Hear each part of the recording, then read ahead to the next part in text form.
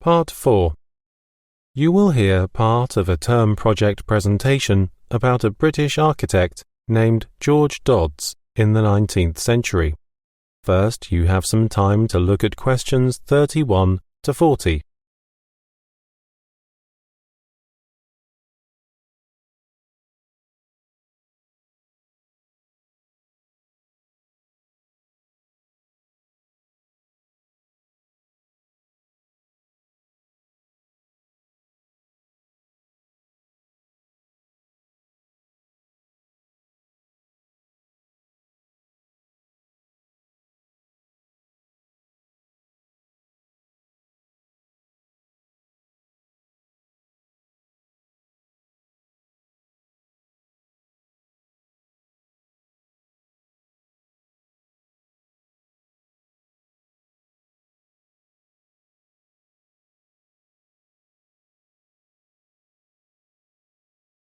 Now, listen carefully and answer questions 31 to 40.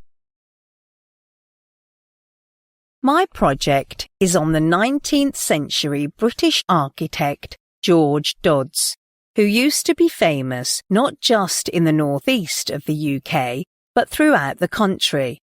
At first, I chose him for my term project because in my early teens, I had always admired Mytton Hall, a mansion he built near my home. Later, I wanted to learn more about the man responsible for it. I thought I'd use the project as an excuse and managed to unearth a wealth of information about architecture and fascinating life. I thought I'd start today by telling you a little about Dodds himself, before looking at a selection of his more substantial buildings. He was the son of a landscape gardener and had a brief but successful career in his father's business.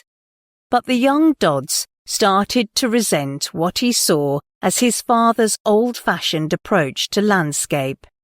Dodds began to spend a lot of time thinking about how he could break with convention, creating buildings in a new relationship with their surroundings.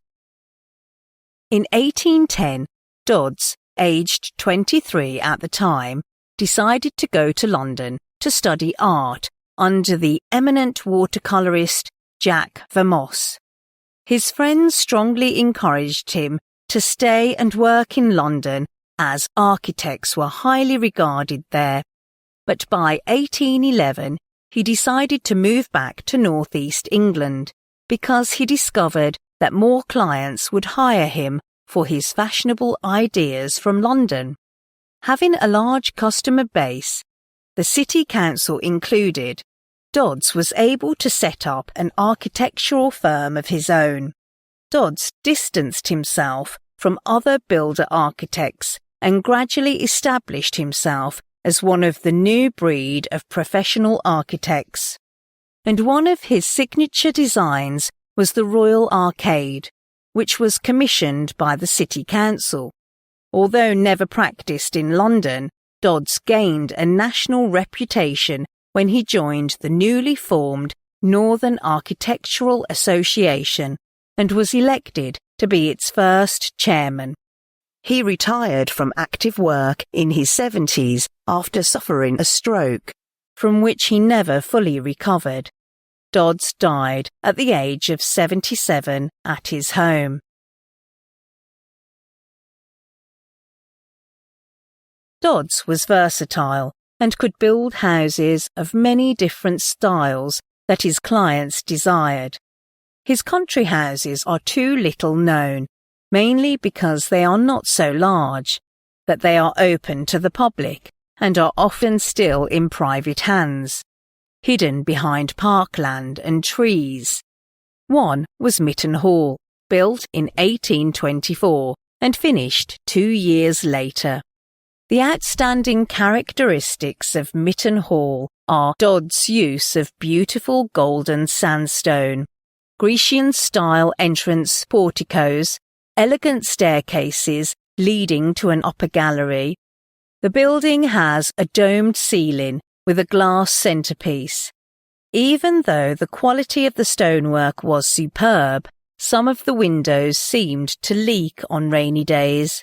The building was renovated in 1987 and is now served as a conference centre. In 1830, the town council decided to build Royal Arcade on a site that used to be a corn exchange market and entrusted George Dodds with the design. And the shopping arcade was completed by 1832. The whole design was intended as an elegant shopping experience and was renowned for its grand balcony. Unfortunately, the Royal Arcade was not a commercial success, as it was positioned too far from the town centre, causing great difficulty in delivery. The arcade was demolished as early as the 1880s and is now used as a car park for neighbouring shops today. The final building I want to show you is Moreton Jail, which Dodds completed in 1839. It is a sturdy building with impressive towers based on medieval castles. However, although beautiful, the jail wasn't 100% functional. More striking was the absence of any space for exercise for the prisoners. An extra courtyard had to be added for this at a later date.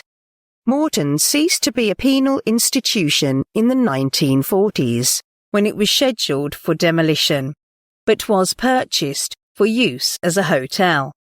That never came to pass, and as many of you will know, it is now run as a transport museum with a whole collection of vehicles that tell the city's story through transport. That is the end of Part 4. You now have 1 minute to check your answers to Part 4.